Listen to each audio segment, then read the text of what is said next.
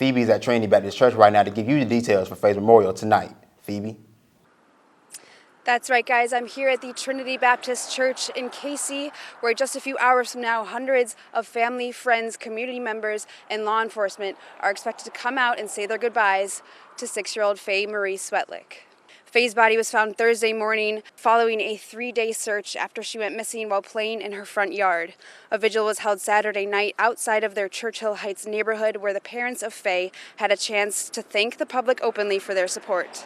USC is also remembering Fay by inviting first responders onto the court during the national anthem at the women's basketball game on Monday.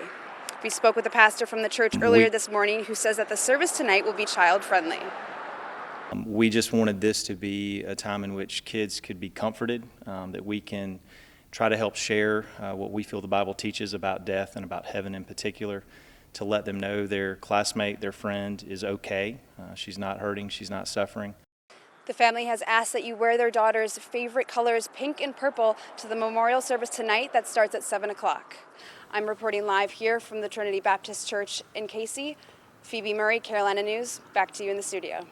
Biden's sweeping win over Sanders in the Democratic primary here in South Carolina has proven to be pivotal for his now virtual race to the White House. It's a small but simple precaution that everyone can take to stay safe.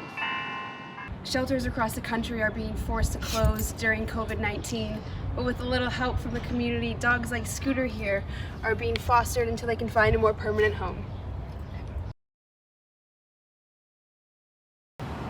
Thanks, Corey. I'm outside Williams-Brice Stadium, and while all sporting events have come to a screeching halt during this pandemic, Coach Will Muschamp and South Carolina football assistant coaches are still recruiting players for the 2020 season. All 4 races will be televised on NBC Sports Network at 7 p.m. Eastern. Also a sad day for golf fans, as today was supposed to kick off the Masters tournament in Augusta, Georgia. It's been postponed indefinitely, but ESPN speculates it'll take place in October. That's right, Todd. The 2020 NFL Draft, set for April 23rd through the 25th, was originally scheduled to be in Las Vegas.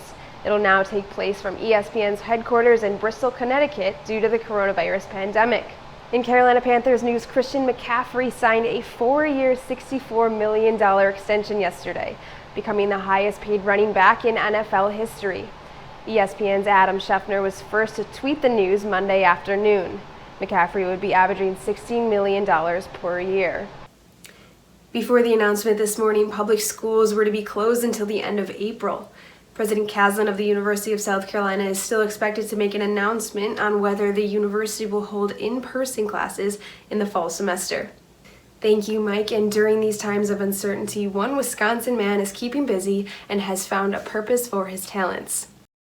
Thanks, Naja. I'm here at the State House in Columbia, South Carolina. No rain in the forecast until early next week, but today we are seeing cooler temperatures similar to yesterday, so if you're going out for a walk during this quarantine, make sure to throw on a sweatshirt or a light jacket.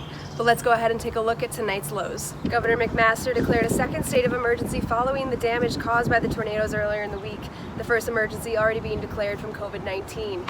He urges residents to keep their cell phones charged so they can receive a tornado warning, especially if the storms hit overnight again.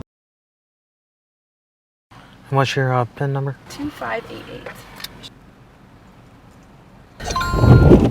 Uber drivers are seeing a new 4-digit PIN code verification on the app here in Columbia. To verify your driver and your rider, make sure that you have the right person. A new feature rolled out across the U.S. and Canada mid-January in memory of student Samantha Josephson. And drivers like Pelvis Taylor are first to recognize. If you have a weird feeling or you get an inkling that something's not right, those little voices in your head aren't just there. They're letting you know that something's not right and that you, 1, should not get in that Uber, or 2, you should report that driver. A driver that 21-year-old Samantha Josephson thought was her ride late one night in 5 Points, but turned out to be a man impersonating an Uber. Her body was found the following morning in the woods 60 miles from home. I miss her laugh a lot. Like, she definitely was just one of those people that every time you saw her, your day got better.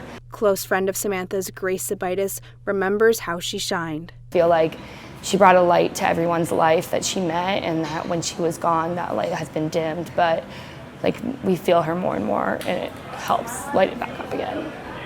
In the wake of a horrific loss, Uber partnered with USC for the launch of #What'sMyName and now a new PIN verification. Before getting into your rideshare, asking what's my name and confirming that your PIN number matches that of your driver's is a small but simple precaution that everyone can take to stay safe. Uber and Columbia Police are strictly enforcing a new designated pickup zone for all taxis and rideshares in the downtown Five Points area. It's located at 2100 Santee Avenue, and Samantha's dad reinforces the power of the buddy system. The one thing that I have been saying, you guys have to travel together. Samantha was by herself. Her family asks that before you get into a rideshare, ask what's my name and to remember hers. It's crazy that it's been a year. It really is. But I think about her every day still. And I know that everyone still thinks about her every day. And you can remember Sammy by setting up your 4-digit PIN code. For Carolina News, I'm Phoebe Murray. I congratulate Joe Biden, a very decent man, who I will work with to move our progressive ideas forward. Moving forward in the midst of a global crisis, an election year for the first time in history entirely virtual for the foreseeable future. Part of Joe Biden's communications team, Paige Hill, says with voting during this coronavirus pandemic, safety comes first. I think that it is very important that voters should not have to choose between their health and their civic duty. 16 states and 1 territory have either pushed back their presidential primaries or switched to voting by mail with extended deadlines. Biden's sweeping win over Sanders in the Democratic primary here in South Carolina has proven to be pivotal for his now virtual race to the White House. With stay-at-homes in effect across the country, Biden has taken to Twitter, Instagram, and TV from his home in Delaware to continue campaigning. Hill says they're doing the same work they were before, just without the face-to-face connection. When the events are online, where it's allowed us to reach even more people than we would have before, because folks are able to join from the comfort of their homes. With Sanders out of the race, they're shifting focus from the primaries to the general election, while also juggling working from home. Kind of walking and chewing gum at the same time. A time and election season that will go down in history. Phoebe Murray, Carolina News. It's First Thursday on Main, and arts and culture fans are strolling through the halls of TAPS Art Center. For the past 8 years, local creators of all kinds have become part of the collective, like Farouzan, who works with vibrant colored paper, or Ron Hagel, who uses bullets to make his political point.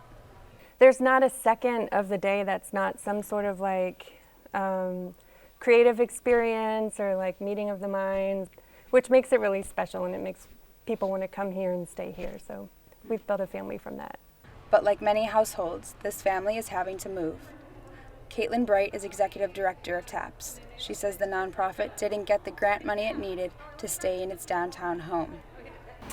This year, TAPS asked for $50,000 from the city and another $30,000 from Richland County. Combined, they only received $10,000, which is far from what they needed to stay afloat at their Main Street location. According to Columbia's grant administrator, they had $2 million to give and 76 applicants.